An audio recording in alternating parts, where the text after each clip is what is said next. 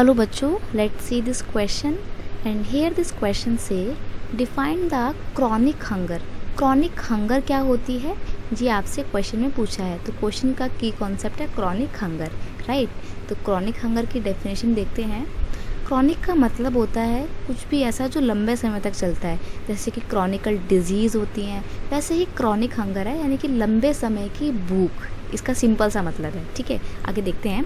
Chronic hunger is a consequence of diet persistently inadequate in term of quantity and quality। यानी कि ये जो chronic disease है एक दुष्परिणाम है किसका, जब डाइट में कुछ स्पेशल तरीके के विशेष तरीके के न्यूट्रिएंट्स की लगातार कमी रहती है लंबे समय तक।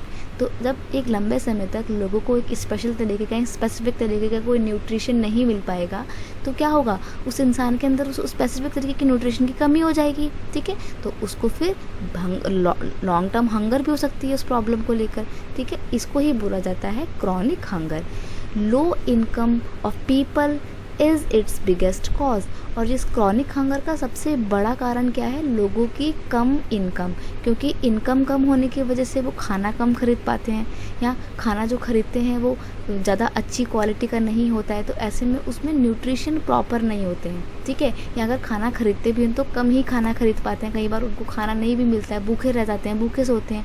तो ऐसे में उनके अंदर ना जो न्यूट्रिशंस होते हैं, विटामिन्स, कार्बोहाइड्रेट वगैरह वगैरह, इनकी कमी हो जाती है, ठीक है। और फिर वो लंबे समय तक उनके अंदर जब इस कुछ स्पेशल तरीके की न्यूट्रिशंस की डेफिशिएंसी होती है, कमी होती है, तो वो क्रॉनिक हंगर का शिकार हो जाते हैं, ठीक है।